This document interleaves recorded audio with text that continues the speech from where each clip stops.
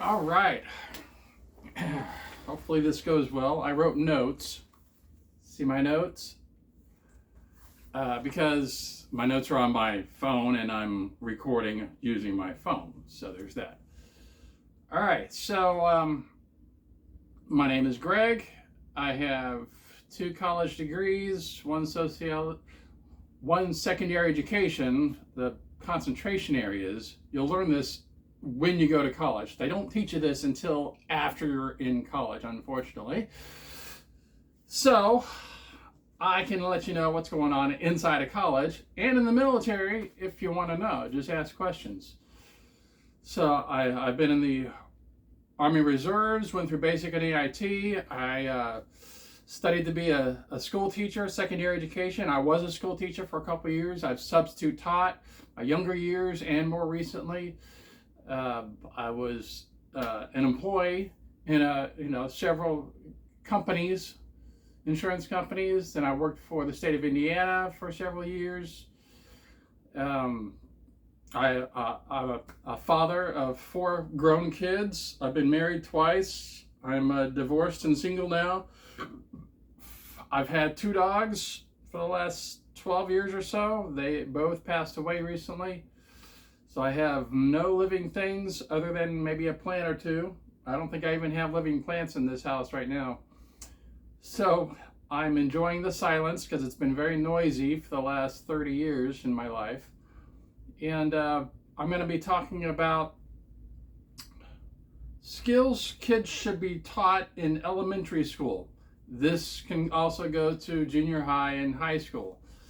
So ideally, parents would be able to work from home or have their own business working from home, or have like an adjacent building that is their business, and they'd be able to homeschool their kids. We have computers with the internet. You can learn anything using the internet. You can teach kids how to socialize. Parents can be the teachers. Okay, yeah, parents should be the teachers of their kids. Parents should not assign government employees to be the teachers of their children. And I don't think nannies are okay either. I think the actual parents should be the teachers of their children, to teach them how to be civilized and polite, how to do things right. Also, what is true. The parents, they're going to be in their 20s probably starting out. And so parents might need some help, some advice from older parents, like their parents, for example, people in their 50s or 60s who have been there and done that and know how to handle situations. So young parents need to be asking other people, how do I do this? The whole idea is using your village or your surrounding family. I would not go with friends. I would not go with uncles that don't have kids. I would go with the advice of older parents whose kids are already grown, like myself, for example. But your family members, not mine. People that know what they're doing. And be very careful. If you're a young parent, be very careful about babysitters, because babysitters can ruin your kids. One event that you don't know about, and they say don't tell your parents, and suddenly your kid has changed forever and you'll never know what happened. So you need to be really careful about letting people babysit your kids. Okay, you better trust them and know who they are. You need to be basically asking your sister, your own parents, like your grandparents, or the kids' grandparents, people that you trust and have been in your life your whole life, that you know are not going to mess around. It only takes one event to mess it all up. Okay, so as far as what kids should be taught in school or at home even, let me read some of this. How to make a boat. Do you know how to make a boat? Well, you can go to YouTube and say how to make a boat, right? And then you have to think, well, what kind of boat do I want? Do you want a wood boat? Do you want a canoe? Do you want to make a whole yacht? Do you just want a little personal one-seater boat? You want a fishing boat? You want to be made out of wood, out of aluminum, fiberglass? Do you just want to buy it off the shelf? Do you actually want to make it with your own hands? I would go with a wood 2-person boat would be ideal, like a fishing boat, and learn how to make that. And then find a body of water that's nearby, or wait for it to rain a lot. And you can try out your boat. Make sure it's leak proof, right? And you'll discover that it probably does have leaks, goes right through that little cracks in the wood, and then you'll figure out how to waterproof it by using material and painting it on the bottom or whatever. You know, find out, what do you do to waterproof a boat? How to make a shield. Yeah, a shield. Like if somebody's throwing rocks at you or anything at you, if somebody's throwing a punch at you, having an actual shield, right? Like an actual shield that fits on your arm, where you can hold on to it here, then it straps onto your wrist right here, and you can hold it up like this, and it covers you from your knees to your head, and it even has a little slit so you can see through it. Well, that'd be cool, right? How do you make a shield? But when you're starting with little kids, we're talking about teaching civilized behavior, right? Kids are just nuts. They jump up on things, they scream, they go crazy, they throw things, they cuss each other out, they throw temper tantrums. They're just wild animals if they are not taught by their parents. So parents, you need to do your job and civilize these kids. You don't spank them on, you know, you can spank them on the butt, but typically timeouts work, okay? Just telling them, you sit there and you think about what you just did for 2 minutes. You're 2 years old. You can sit there for 2 minutes. Here's a timer. I'll set the timer. When that dings, you can get up. If you get up before that timer rings, you have to sit back in that same spot for 2 more minutes. And so that's a good way to teach those kids to sit there and think about what they did and calm down. And it's a good way for parents to discipline without violence as well. If a kid is belligerent and is hitting you, well, a pop on the butt, it's a good thing. It's a good thing to show who's the authority here. I mean, just because you're bigger, if you let that kid roll all over you, kick you in the shins, what is that? That's not okay. You need to teach your kids that you are the parent and you are the authority in the house. And you will not be abused by your kids, and they will respect you. And if they don't, they're going to sit in timeout, or they're going to sit in their room. They're going to sit in a place, in a corner, where they have no fun, and they have to stay there. And you demonstrate that you are the authority in this house. And you, the parent, have earned it. I'm telling you, the parent, you have earned respect as a parent. You've done the right thing. You have a home. You have a job. You are being a responsible parent. You're staying with that kid. You're trying to do a good job. And so that kid needs to learn respect. And to do that, you can use timeouts, putting them in a corner, but they don't have to be violent. You don't have to cuss at them or threaten them. You don't have to raise your hand at them and scare them. All you have to do is just put them in timeout. It worked for me. It can work for you. I have 4 grown kids. Did timeouts with all 4 of them, and they did just fine. One of our kids was belligerent and refused to sit in timeout. Like, what are you going to do about it? Well, you got one spanking, just one whop, one. And that was it. All 4 kids, their whole lives, one whop. And that all worked really well. When they get older, like 17, 18 years old, that's a different story. We're talking about grown adults, okay? There's no civil discipline with that, or there's no physical discipline in those situations.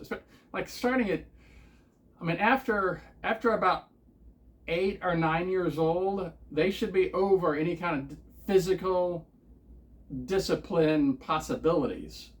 That's when you transition to privileges being taken away, like the internet, for example. If they refuse to give you their phone, if they have a phone, they refuse to give it to you, you can just turn off the internet. You can call the company and have it disconnected. If they're just totally belligerent and refuse to cooperate, and if you unplug it and they plug it back in, that sort of situation, you can just call the company and disconnect it. Have no internet in the house for a week, however long it takes. And during that time, you can say, okay, are you willing to make an agreement to respect me as your authority in my home? If so, you can have the internet, if you respect me and my rules. If you refuse to respect me and my rules, there will be no internet in this house. And when you turn 18, I will ask that you move out of my house if you can't respect me or obey my rules.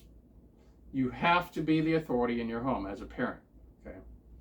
Suppose you're a school teacher. Suppose you are a government employee school teacher and you have 30 or more kids and they're all, elementary school little wild animals. Well, you're going to have to get control of that, right?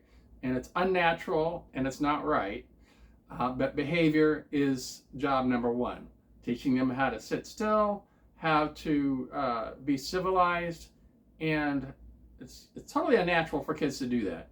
Kids naturally just want to play and run all they can until they fall asleep. And then when they wake up, they want to eat. Or maybe they play, and then they want to eat, and then they want to sleep. I think that's the order. They want to play all morning, and then they want to eat, and then they want to sleep. And then they want to wake up, and then they want to go outside and play. And then they want to eat again, and then they want to sleep. And so that's the natural, normal order of the way kids want to live their lives. And so putting them in a room, sitting at a desk, and expecting them to sit still is totally unnatural. And so I do not recommend that situation. What the result is when we do that to kids, number one, it stresses out the teachers because the teachers can't teach anything. All they're doing is they're doing whack-a-mole. It's just continual behavior issues.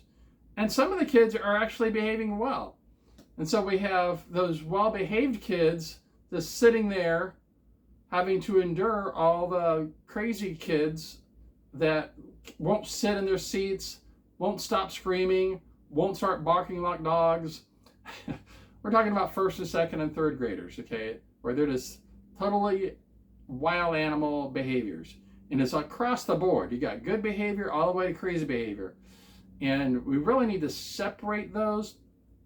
Ideally, the parents deal with those issues one at a time as the kids show up in their homes, right? But when you have 30 kids with all different behaviors, it's not right. And so there really needs to be a one-on-one behavior corrections. As a teacher, you're going to have to come up with a plan, a strategy, so that you focus on and target the worst behaved child in the room first. You get that kid either out of the room permanently, if they actually are belligerent and are harming other kids, and say, this kid cannot be in my room. Either he leaves or I do, right? That sort of thing. And yes, you can quit. As a teacher, if your school administration is not supporting you and is not helping you with any major violent situations, then yes, you can put in your 2 weeks notice, you can resign, and you can get a better job somewhere else. School administrations need to be supportive of their school teachers. And if they're not, well, teachers are going to leave, and they should. School administrations can help. How? By taking that one child and having one-on-one counseling with that child. You basically would have a person actually hired to be a one-on-one counselor for the bad kids. Teach them how to behave, how to have manners. You form a relationship with that child. That child has probably never had one-on-one conversation with any adult ever. And so that counselor can help by first learning the kid's situation, like saying, why are you behaving this way? Why are you so mad? Why are you so frustrated? Maybe the kid's just hungry, Maybe he has a lot of stuff going on at home. And the counselor should not be looking for ways to get the parents in trouble. The goal of the counselor should be to first understand the child's situation, and then to form a sort of trust relationship, so that kid listens to the counselor, and then the counselor can give some good advice, like teaching the kid how to self-control, like by example, saying, okay, sit still like this. How long can you sit still like this? Okay, how long can you not say anything? Can you control your own mind? Yes, you can control your mind. No, I can't. Yes, you can. You can control your mind by telling your mind to be quiet. And anytime a thought pops in, you tell it no. So that's self-discipline. You're learning how to control your own self. And so when you have that kind of one-on-one with a little kid, and they can learn some of those internal skills to control their bodies and their minds, you really help to curb all those behaviors in the classroom. And once that first kid is put back in, then they can get the second worst child and do a similar process. So hopefully and eventually all the kids will eventually have somewhat normalized behaviors, as in able to tolerate sitting in a classroom for maybe an hour, working on projects. They're not just sitting there, they're working on projects, they're drawing things depending on the age. And so behavior is number one. Manners come second. Learning how to be polite to each other, explaining what bullying is and how it's wrong, and explaining before they get on the playground that pushing, shoving is not okay, and they will get in trouble if they do that, and that you, the teacher, will be watching for that, and these will be the consequences if you choose to do that. Tell them that bullying is wrong, that people that do that kind of stuff as adults end up in prison, in cages, because civilized people don't punch and push and shove each other. We have these people called police, and the police will show up with handcuffs and tie your hands together, and they'll put you in a car, and they'll take you to a place where you are forced into a box with bars on it called a prison or a jail, where you can't get out. And they lock it. It's a real thing. It's for adults. They even have a thing for kids, for really terrible kids who refuse to learn and refuse to behave. If you refuse to learn, you just get bad grades. Anybody can do that. That's not bad behavior. That's just choosing not to learn what they teach at school. Totally different. Those that refuse to stop being violent, that is the issue for kids that are not allowed to be at a school. The schools are for learning, right? And so schools can attempt to teach kids how to behave and how to be nonviolent and to keep their hands to themselves. But for those kids that are just totally nuts and keep on punching other kids and refuse to stop, and they bite other kids, drawing blood, they use weapons and stab, like they grab a pencil and stab other people with them, and they refuse to stop. Those kind of kids are not allowed to be in the classroom. They have to go somewhere else. They either get kicked out of school entirely, or they have some sort of facility for bad behavior kind of kids. So, okay, moving along here. Need my glasses. How do you like my cheap ass glasses? Oh, sorry for the word. These are $1. Probably worth every penny, right? Shouting, screaming, growling, noises, not okay. We use words and sentences. Calmly raise hand to speak. Raising your hand. Excuse me, I have a question, right? This teach civilized behavior. This could be at home too. Like, at the dinner table. Mom, can I have some more beans? Mom, can I be excused? That sort of thing.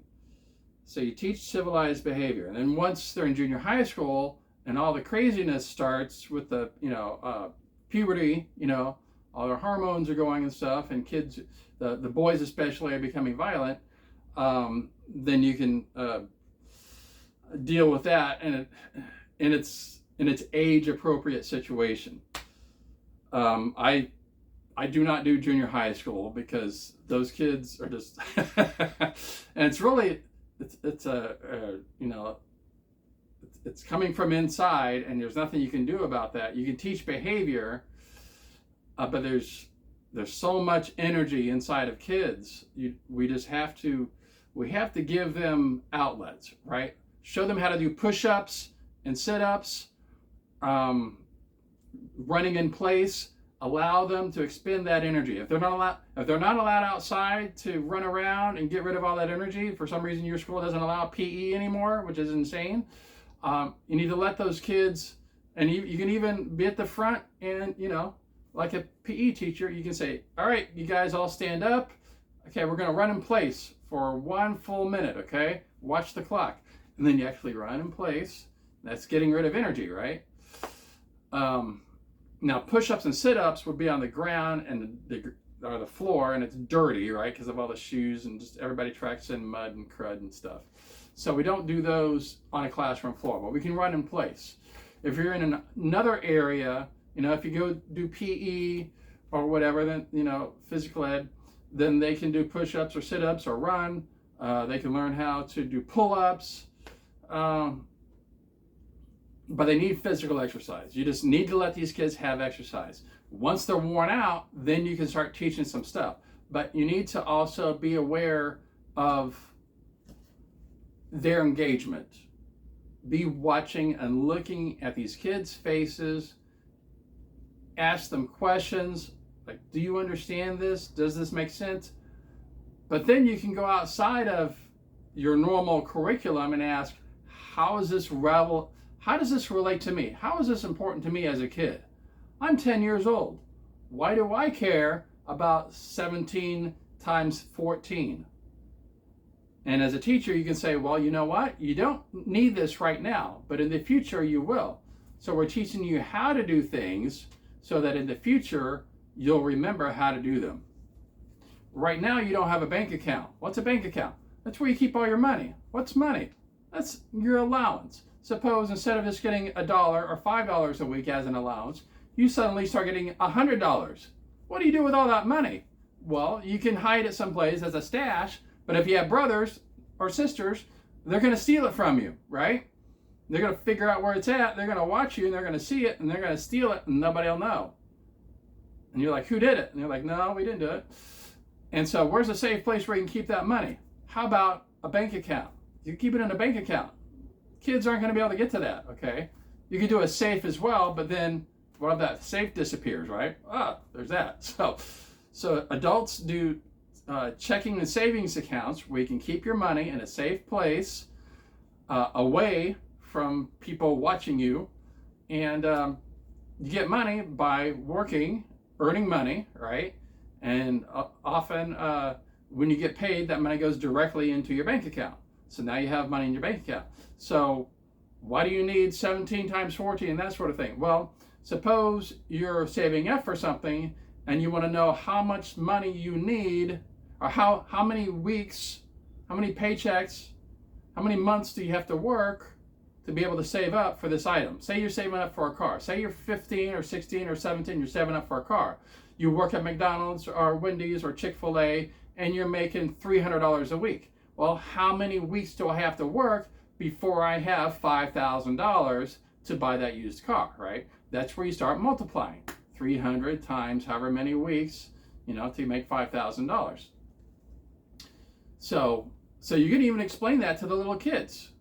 So that way they can actually draw a connection to the math. Math is abstract. Numbers are abstract. But when you put dollars, $17, 14 weeks, multiply those together, or $300 times 14 weeks, how much is that? And then suddenly it becomes important when you have a dollar sign in front of it.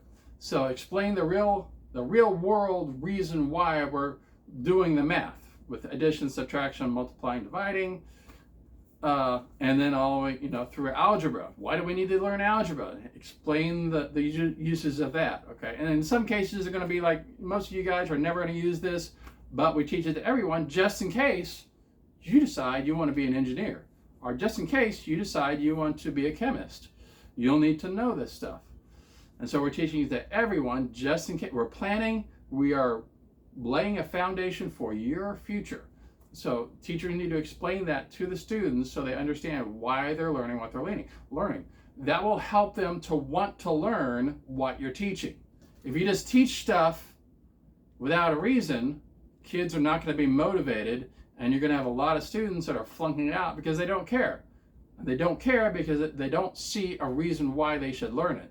They see zero value. So add value to what you're teaching, and suddenly kids want to know what you're teaching. Okay, I think I need to wrap it up here. I don't know how long it says on there. They need to respect each other. At our schools, respect goes both ways. Teachers need to respect the kids, and that comes pretty naturally, really. But then the students have to, not a choice, students have to respect the teacher. And if a student refuses to respect that teacher, the teacher can ask that student to walk out that door and go to the choice room. They made a choice to disrespect the teacher. And so they can choose to either get in more trouble or to go to the choice room. If they refuse to get up and go to the choice room, you have a little button where you can ask, it goes directly to the administration building, and you can ask for an administrator to escort this person out of your room. Yeah. And so and you can tell the kids this at the beginning of class, let them know this is how it works. And so if you get disrespected by anyone, this is how it's going to play out. And so quickly, the kids will learn to respect you, not because of you necessarily, but because they don't want to be escorted out of the room and sit in choice. And it's very effective. All right, what else? Self-control. Kids need to learn self-control, and that's a case-by-case situation. Teach them what self-control is. Tell the kids that they can control their own behaviors and their own minds. Remind them not to touch each other, right? And that's a part of respect. Don't touch each other without permission. And don't, if you're teenagers and you have two kids making out in the corner, that's not okay. Touching each other is not okay. And if they disrespect your direction, well, they know the rules on that too. Parents need to teach their kids self-defense skills, like how to block a punch, dodging tackles, right? And they could even enlist them in a self-defense training type class, like Taekwondo or karate, or I went to judo. That was more of just straight up self-defense. But just simply teaching kids how to block a punch, how to avoid getting punched in the face, how to, if somebody's coming at you with their fists, how to step forward and push them back so they fall down. The simple things like that. Sweep the leg. And when you teach them self-defense skills, it also really helps their self-esteem, their internal value. Suddenly they realize that they have the ability to defend themselves. And that's really important when you're growing up as a kid, especially as a wimpy kid, right? So we need to go from the feeling, as a kid, you need to go from the feeling of you just need to survive, do anything to survive, right? You should not be in a survival type environment at home or in school. The parents and the teacher need to create a safe environment so that, everybody has had breakfast, isn't hungry. If you haven't had breakfast, it needs to be free for the kids who either forgot or don't have the money to have breakfast. If they're hungry, they should be allowed to go to the cafeteria to have some breakfast. No more than 5 or 10 minutes. They don't need to stay there the whole period.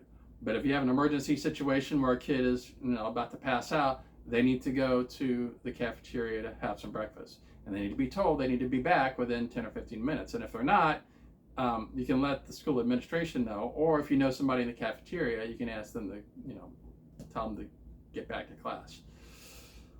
There's a lot of coordination among teachers. If you're a regular full-time school teacher, you really need to coordinate between teachers so that you know who's going to do the hall supervision, right? And then who's in what class. And that way this kid is not supposed to be in my class, supposed to be in Miss Johnson's class. And so you can let Miss Johnson know, hey, Johnny's in my class, I'm sending him to you now. If he's not there in 5 minutes, call the administration. All right, gotcha, thank you. And so they need to coordinate. All right, what else?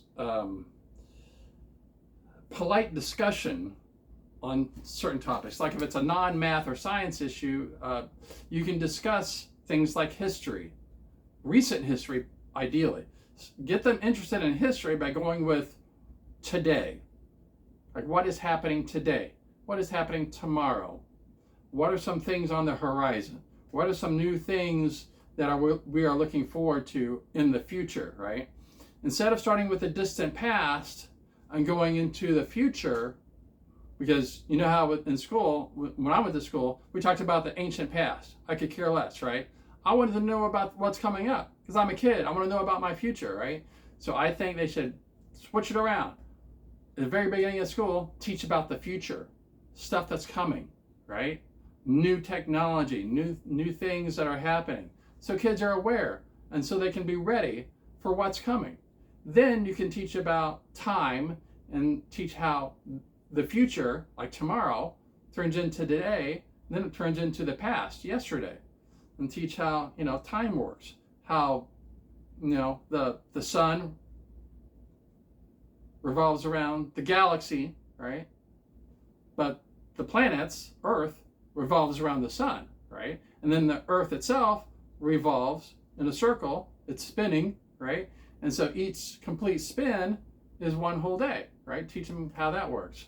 And then teach them that we get older, but the days is divided into light and night, right? Day and night. So if you're facing the sun, it's daytime. If you're facing the dark side of the earth, well, it's nighttime. And that's how that thing works. So give them a visual description of how that works. You can give them an actual visual, like a YouTube video showing them how that works. But then, then you can go with the past. Like 2 years ago, 5 years ago, what happened when you were born, right? Did the universe and everything start when you were born? This is when your memory starts. You remember being a little kid, playing with your friends. You remember watching cartoons or playing with your toys. And then you started kindergarten and then first grade and you started actually having to do homework, right? But what happened before that day you were born? Well, things were still going on before that, right? So kind of teach these kids that the world itself is separate from them. They are not the universe. The universe did not start when they were born, okay? Some kids feel like that's exactly what happened. The universe started when they were born, and there was nothing before them, and so they have doubt about the previous year and all the time before that. They think maybe, just maybe, that's all fictional, and people just made it up. So that's where you can actually have little field trips showing and demonstrating how when you dig in the ground, you can see things that have been there for a long, long, long time. You can show them coins with dates on them, 1971, 1946, how, things are in the distant past. And just let them know that, ask their parents, they can dig a hole in their own backyard and they'll see stuff from the past. They might find old trash, old bottles, who knows what, from the past. And this is a physical demonstration that the past is real. And kids need to understand, and they need to be able to touch and see and smell that the past is real. And this will help them to actually want to learn about the past. And so we go with, the history that's in the history books, but then they need to learn about on-hand learning history with anthropology, right? Paleontology, where kids can actually learn. And they'll go to college, they'll learn more, and then they'll graduate. They can even do a master's or even a PhD in college. Teach them all about how this whole thing works. And then they can eventually actually go out with teams of people to dig up dinosaur bones or societies that lived thousands of years ago. They can dig up the bones of people and old tools and stuff. And that this, so history is real. And they can actually come up with a timeline and a geography of where things were, and come up with even theories on how they, lived their lives back before written history. And so, you need to have a balance, of course. Kids have limited attention span, but the more the teacher actually knows about how this works and can convey that to the kids, the more the kids are going to be interested. If the kids are just being taught the basics for no good reason, you're going to have kids that are just mediocre, okay? And as a school teacher, you want to be an excellent school teacher. As a parent, you want to be an excellent parent. And as a student, you want to be an excellent student. And as a kid, they call us students, pupils. It's kind of rude terminology, really, like being called a consumer as an adult. We're not consumers, okay? We're people. We are intelligent. We can make independent, free-thinking decisions. We are not predictable. We can choose not to do something. We actually prefer not to be predictable. And as kids, we're the same way. We want to be respected. We want to be asked what our opinion is on certain things. We want to be taught how to have an opinion. We want to be taught how to ask questions. We want to feel free to ask questions. Okay, so my topic was skills kids should be taught in elementary school. So I went far beyond that, didn't I? So that's why this is so long. If you enjoyed this, please hit the like button, do the subscribe button, and give me some suggestions on what you want to know about or hear about. Obviously, I am incorrect about a lot of things. I am not Mr. Know-It-All. I don't know everything. I am not the expert in education. I'm not the expert in parenting. I'm not the expert in Taekwondo. I'm not the expert, okay? I'm just trying to help people to teach kids how to be civilized. That's the main idea. So instead of arguing with each other and punching each other out like animals, instead we learn how to become civilized. We can stand or sit and have a civil discussion calmly, where we listen closely to each other, we hear each other, understand each other, we can ask questions and say, so how did you, and where did you go to do this? So we actually care about that other person's personal history, and then we can tell our own history, and the other person can do the same, where they ask about your personal history. This is how we get to know each other in a civilized way, and we need to bring this back so that kids get to know each other better, and so that adults can do the same thing and learn each other's history. Like as school teachers, ask questions about their own personal history. Where did you graduate from? How long have you been teaching? That sort of thing, right? And some of the administrators, most don't care as administrators if they're the front office. They're looking towards retirement. But some of the administrators care about their teachers. Just depends, and you can tell pretty easily just by trying to start up a conversation, those that care and those that are just totally glazed out. But try to find a few people, a few adults who have their lights on and can have a conversation. Maybe you can make a few friends as a school teacher. As a parent as well, get to know your neighbors. Learn who they are, where they're from. It makes you safer, okay? In your home, you need to know who your neighbors are, so you know you're safe. And then, of course, teach your own kids how to be civilized by being civilized. That means the husband and wife having civilized conversations, and then I would say the father needs to lead by example by staying calm and pointing out problems. behavior problems in particular, specifically emotions, freakouts, hysterical kind of stuff. Wives especially often become hysterical and refuse to cooperate. They become belligerent, just like little kids. And so the father, instead of getting angry, he needs to help the wife to stay calm. And if she refuses to do that, well, that's her problem. It's not the husband's problem. She has a problem and she needs some sort of help. If she refuses to calm herself, if she refuses to have self-control, if she refuses to stop being disrespectful to the husband, she has the problem. And so I would suggest that other wives, other grandparents help that young wife with the hysteric issues. Try to help her to stay calm.